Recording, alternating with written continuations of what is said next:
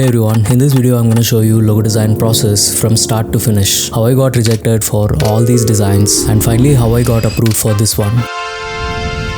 I'm going to show you steps like mind mapping using the brief and sketching the ideas, tracing the sketch in Illustrator, finally creating a basic presentation template. I made it very easy that beginners can also understand the process. Firstly, let's look at the brief. This is a brief which I received from the client, brand name which is Delish and industry cake baking desserts brand. Let's see a small description about the brand. Delish is a cake focused brand that specializes in freshly baked cakes, custom celebration desserts and premium sweets and treats. The brand aims to create joyful experience through both taste and visual appeal. Design a memorable and visually appealing logo that represents brand message. So there's a tagline which client told me to add it in the logo, where taste takes center stage. I know it's too big to add it in the logo, but we'll see where we can fit it in the design. This is a basic brief I got from the client. If you have any doubts about the logo design, you can always ask the client questions to get more understanding about the brand and their vision. Once you have a clear understanding about the brief, we're gonna move to the next step, which is super useful in logo design. Mind mapping. Take a pen and a sketchbook, write the logo name and expand into related words, ideas and visuals. Start thinking about the cake baking. What do we get in our minds? First of all, I get cakes, sweets, creams, also like how they put layers on the cake, bakery, like this you can go on. What this does is it start creating visuals in your mind and you start getting ideas and visualizing the logo structure in your mind. It will really help when you're sketching for ideas. So this is what I got from mind mapping. Next step, I took some time to see references from online, not to copy anything, just to get into that mood and get inspired. After we are done with mind mapping, I started sketching ideas. I want to say that you no need to be an artist to sketch logos. If you're able to get ideas from your mind to the paper, that's more than enough. I sketched a few designs and then I came up with this one design and I was so confident about it, and before showing the design to the client, who was my friend, I designed it in Illustrator and I sent the actual design like this. Well, guess what?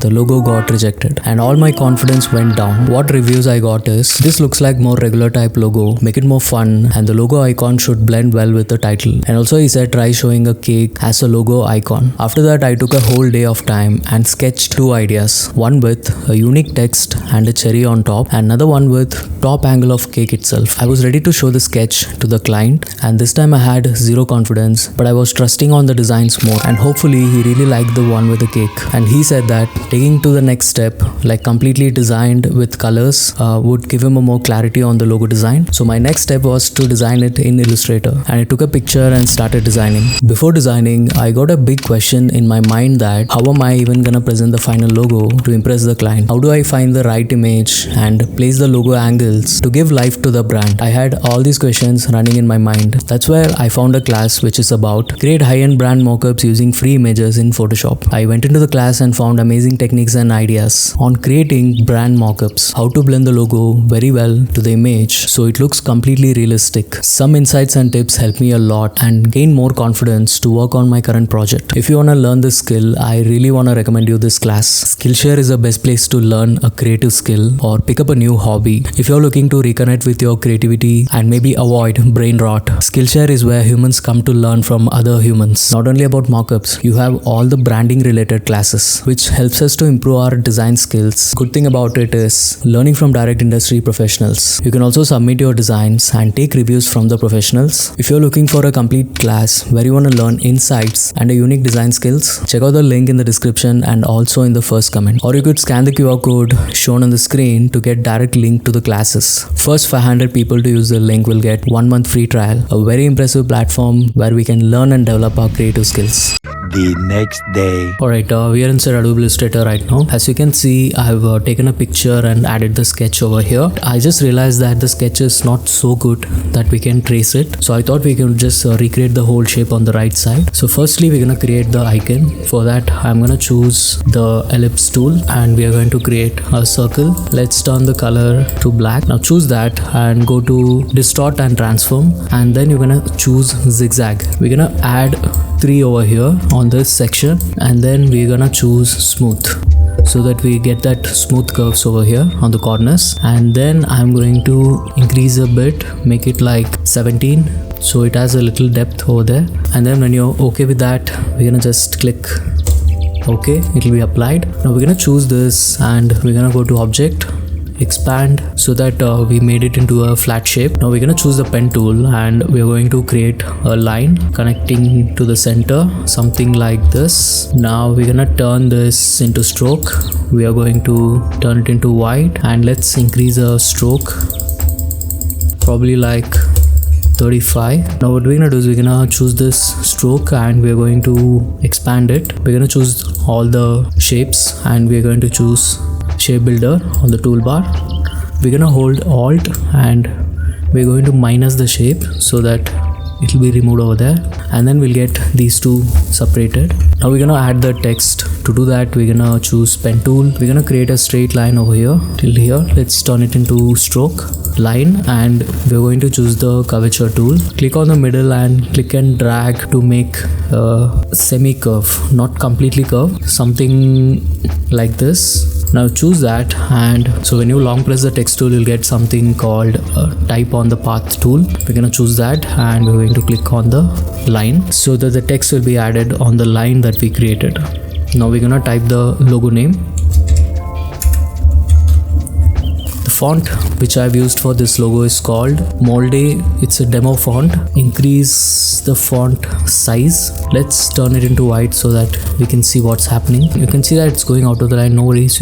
You'll find a handle in the center. You can just click and drag that, and in the corner you'll find another handle. What you have to do is you just click and drag it so that the letters will be revealed. Again, hold the center handle and make it paste it in the center so that it has a clear curve. We're gonna increase it more. So when you feel it fits well, we're gonna bring it over here.